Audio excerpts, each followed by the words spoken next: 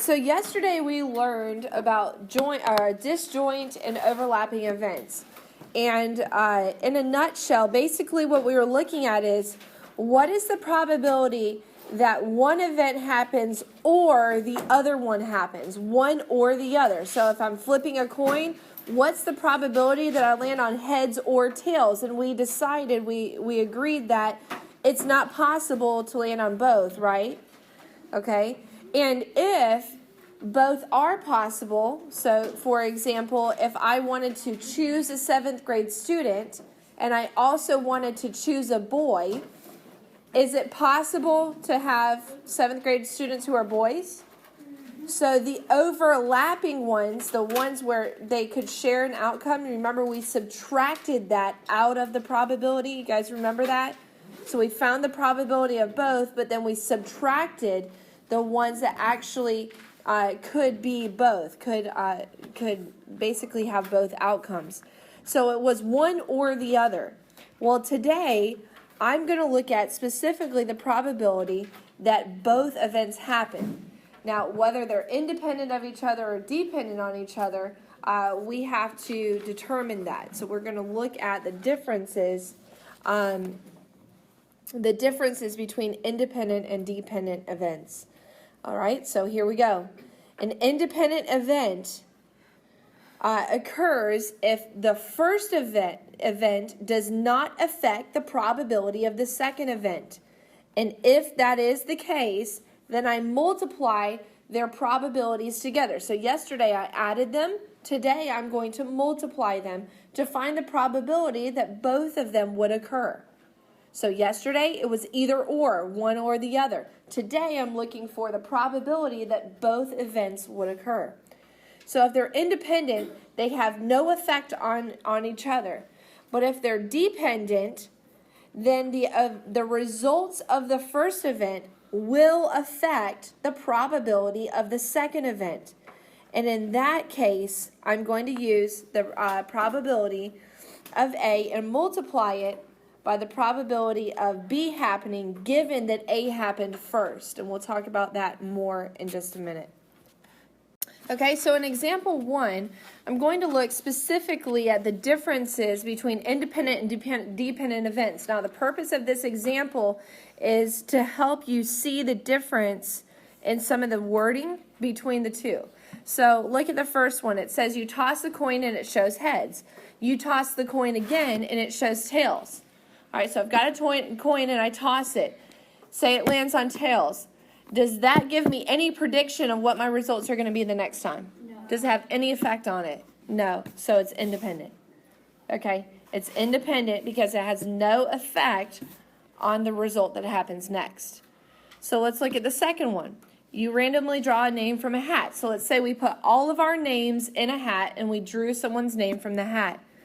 Then, without putting the name back, you draw another name. So if you pull one out, it changes your total of how many are left, correct? Mm-hmm. So that you drawing one does impact the probability of the second one because now there's fewer to choose from. Which if you're trying to win something, that's a good thing, right? If it's who gets double the homework, you don't want your name to be picked, do you? No, you're like, please no, please no, please no. Okay, that would just be mean though. Nobody would ever do that. All right, so these are dependent on each other. Do you see the difference? Okay, because when I draw a name out of the hat and I don't put it back, now there's fewer to choose from for the second draw, so they're dependent on each other. So what if you roll a 5 on a number cube and then you roll a 6? Independent. The first roll had nothing to do with the second roll. Does anybody think that they have like terrible luck with those games that involve the die when you have to roll something? Man, okay, so I'm not the only one. I'm telling you, aggravation, have y'all ever played aggravation? No. What's that? It's like the marble game where you have to roll a 1 or a 6 to get out of home. And then you go around. You can go in like the super circle or whatever. Anyway, it's just you roll a dice. That's it. But I can never roll a 1 or a 6, like to save my life. So I think there's obviously skill involved, but I don't know. I just got bad luck. All right. So anyway, All right, so you roll a 5. Here, let me get back to it. Okay, so you roll a 5, then you roll a 6. That's independent. All right, don't affect each other. All right, what about the last one? You randomly draw a marble from a bag, then you put it back in the bag and randomly draw another one. What do you think? Independent or dependent? Independent. Independent, because you put it back. So on the second draw, you still are drawing from the same total. All right, because you put it back. Now, if you didn't put it back, then it's dependent. Are you starting to kind of see the difference? All right, let's look at example 2. Now, in example 2, I'm telling you that it is independent. These events are independent, and we're going to try to find the probability. So to find the probability, I use my formula. Probability that A and B happen equals the probability of A multiplied by the probability of B. That's just my formula. All right, so when I first read this, the computer randomly generates 4-digit passwords. Each digit can be used more than once. What's the probability that the first 2 digits in your password are both 1? What does it not tell me that I have to know for probability? Yeah, what's my total? So I'm looking at this when I'm studying for the lesson today, and I'm like, is there a typo here? Well, there's not. On a keyboard, how many numbers are there? How many buttons with numbers on them are there? 10. 1 through 0, 0, basically helping us start over. So there are 10 keys that have numbers on them, so 10 is our total. So here's what I'm looking for, the probability of 1 and 1. So I'm looking for first event and second event happening. What is the probability that I choose a 1 for the first 2 digits? Well, how many 1 keys are there? 1 through 10. There's 1 key. So 1 over 10 times, same thing, but not with the number 1 on it. Yeah, there's 1 over here. Oh, okay, no, we're looking at just one side of it. Okay, times 1 over 10. So the probability is 1 over 100. All right, and we'll talk about this more in a minute. You can also write it as a percentage, 1%. All right, sometimes your book will put a fraction, sometimes a percentage. I tend to prefer percentages with probability. To me, I just kind of connect better with, there is a 20% chance that it'll rain today, or there's a 1 in 5. Like, that doesn't really connect with me as well. I don't know. How do you feel? You like percentages better? Okay. I kind of just like seeing that percentage probability. All right. So let's look at a few others. All right. Sticking with independent events. All right, let's look at marbles. A bag has 5 green, 6 red, and 9 blue marbles. You randomly draw 1 marble, then you put it back. There's my key, independent, because since I put it back, the second one has the same number to choose from. Find the following probabilities. Probability of green and blue, both. So on 2 draws, I draw green, and then I put it back, and I pick a blue one next. All right, so I have to find my probability of green and blue. So what would my probability fraction be for green? What would my ratio be? 5. Very good, 5 over 20. And what would my probability for blue be? 9 over 20. All right, and then when I multiply them together and reduce, okay, so we want to make sure we reduce, we get 9 over 80. And what is that as a percentage? What would it be as a percentage? 11. Just to the nearest percentage? 11%. All right, so I would say or 11%. Either one is fine, fraction or percentage. 9 over 80 or 11%. All right, what about now blue and blue and red and green? Go ahead and find the probability there. So for blue and blue, now what is my probability to draw a blue? 9. All right, 9 out of 20. But since I put it back, what's my second probability? 9 over 20. So when I multiply, and then what would this be as a percentage? 20. All right, so it's 20% chance that I do a blue and then a blue. All right, now what about my third one, red and green? So probability of red and green, so it'd be 6 over 20 times 5 over 20, 3 over 40, which is what as a percentage? 75%. So, no, there's no way. 3 over 40, what is it? 8%. Is it 7% or 8%? 7.5, so it'd be 8%. All right, just round to the nearest percentage. Either answer would be fine. Okay, any questions on independent events, finding probability for independent events?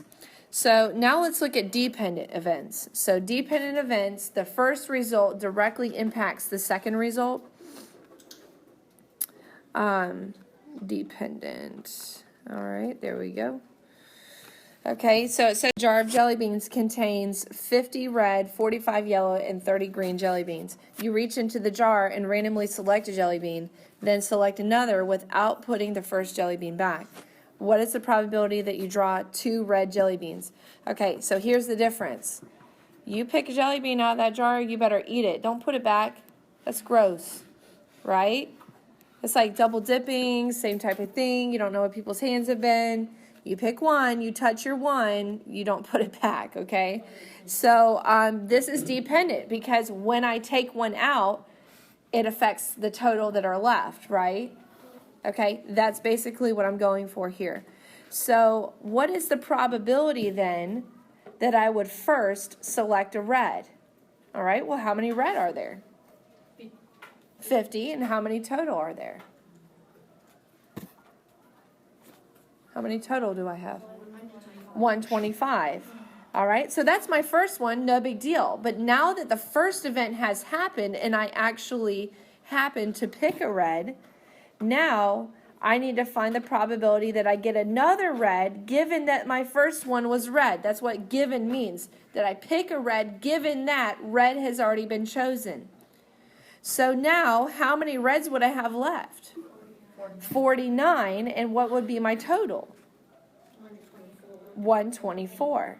And now I take those ratios and I multiply them together. Probability of red and red, because again, whether it's independent or dependent, I want to find the probability that both will happen.